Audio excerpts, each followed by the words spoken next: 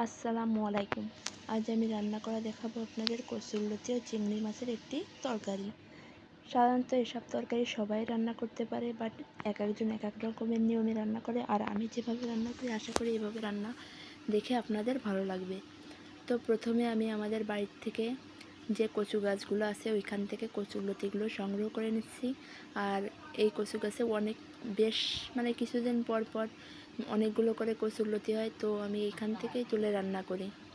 তো এখন আমি এগুলো তুলতেছি। দেখুন কচু গাছগুলো আমার থেকেও অনেক বড় বড় হয়ে গিয়েছে, আর এতে অনেক লতি ধরেছে। তো এগুলোই আমি তুলে নেব। আর কচুরলতির তরকারি আমার মনে হয় বেশিরভাগ মানুষই অনেক পছন্দ করে, তো আপনাদেরও ভালো লাগবে।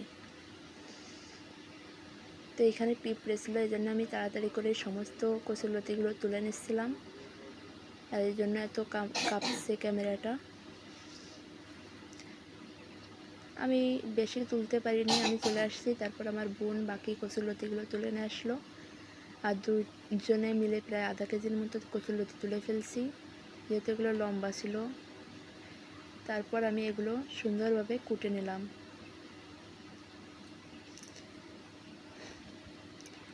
চিংড়ি মাছ দিয়ে কচুরলতি রান্না করলে অনেক মজাদার লাগে, তো আজ আমি সেটা আপনাদের সাথে সুন্দরভাবে দেখাবো।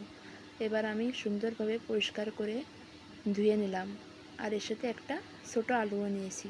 এবার একটি কড়াইতে আমি সরিষার তেল দিয়ে হালকা গরম করে নেব। সরিষার তেল সবসময় একটু গরম করে নিলে আর যে একটা গন্ধ থাকে ওটা সরে যায়, আর ভালো লাগে খেতে। তো প্রথমে আমি পেঁয়াজ, রসুন কুচি ও কাঁচা ঝাল দিয়ে ভালোভাবে মশলাটা আগে থেকে ভাজি করে নিলে তরকারি খেতে অনেক মজার হয়।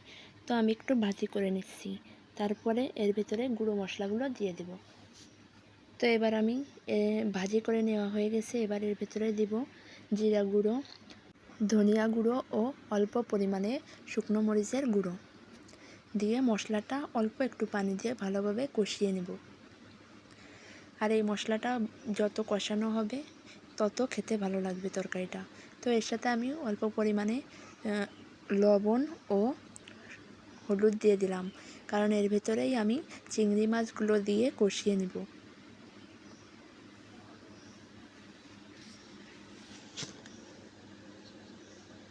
তো দেখতে পাচ্ছেন অনেকক্ষণ ধরেই মশলাটা কষিয়ে নিয়েছি। এবার আমি এর ভিতরে চিংড়ি মাছগুলো দিয়ে দিব যখন তেলটা ভেসে উঠেছে তখন। তারপর চিংড়ি মাছের ভিতরে যাতে মশলাগুলো ভালোভাবে যায় এই জন্য বেশ খানিকক্ষণ কষিয়ে নিব। তো আমার কষানো হয়ে গিয়েছে আর কালারটা অনেক সুন্দর এসে গিয়েছে। এবার আমি এর ভিতরে দিয়ে দেব আগে থেকে কেটে পরিষ্কার করে রাখা লতিগুলো। এই পর্যায়ে আমি কোনো প্রকার পানি না দিয়ে ভালোভাবে কষিয়ে নেব এই লতি ও চিংড়ি মাছ একসাথে।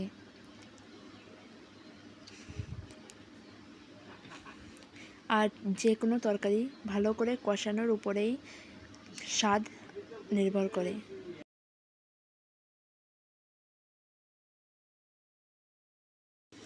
তো আমি অনেকক্ষণ ধরে কষিয়ে নিয়েছি। এবার এর ভিতরে ঝোলের পানি দিয়ে দিব।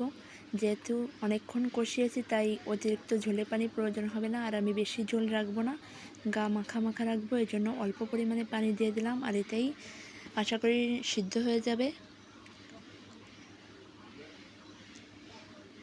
কচুরলতিতে বেশি পরিমাণে পানি দেওয়া প্রয়োজন হয় না। তো উতলাতে শুরু করেছে, আর দেখতে পাচ্ছেন কালারটা এখনই অনেক সুন্দর দেখাচ্ছে। তো এখন পুরোটাই ঝোল শুকিয়ে আসছে, আর একটু জাল করে আমি এই কচুরলতি নামিয়ে নিতে পারবো। তো দেখুন আমি নামিয়ে নিয়েছি, আর কালারটা যেমন সুন্দর লাগছে ওরকম খেতেও অনেক মজার হয়েছিল। আশা করি এই রান্নাটা আপনাদের ভালো লাগবে।